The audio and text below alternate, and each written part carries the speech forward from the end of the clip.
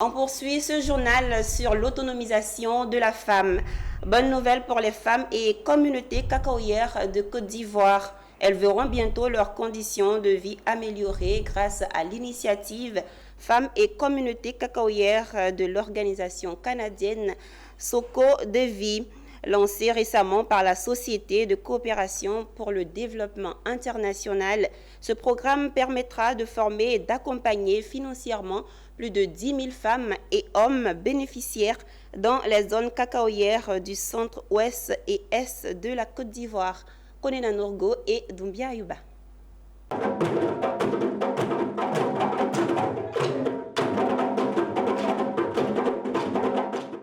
Elles seront 50 communautés cacaoyères du centre-ouest et de l'est de la Côte d'Ivoire à bénéficier du projet initiative Femmes et communautés cacaoyères lancé ce jeudi 15 juin 2023 à Abidjan. Porté par le consortium canadien Soko de Vie et la Fondation Paul Guérin-Lajoie, ce projet d'un montant de 6 milliards de francs CFA va améliorer les conditions de vie de 3500 femmes, 1500 jeunes filles et 5000 hommes, et ce à travers des formations, un accompagnement financier et un appui aux coopératives et organisations de la société civile jusqu'en 2027.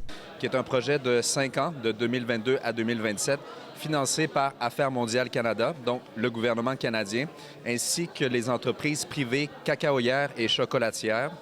Donc, il y a plusieurs composantes au projet, notamment l'égalité des genres, l'éducation, le renforcement d'une trentaine de coopératives, l'agriculture intelligente face au climat, ainsi que la gestion des risques agricoles. Donc, nous allons travailler dans 2 zones, la zone est du pays ainsi que la zone centre-ouest, à appuyer notamment les femmes et les jeunes filles au sein des communautés cacaoyères.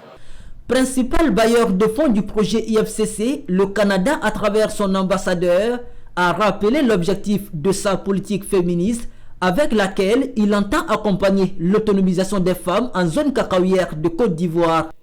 On s'accorde, le Canada et la Côte d'Ivoire, pour dire que l'amélioration du revenu des producteurs et productrices et la promotion d'une cacaoculture durable, résiliente au changement climatique, respectueuse de l'environnement avec zéro déforestation et protectrice du droit des enfants doit être prise en compte. L'initiative Femmes et communautés cacaoyères sera déployée avec le soutien de l'Agence nationale de développement rural, ANADER.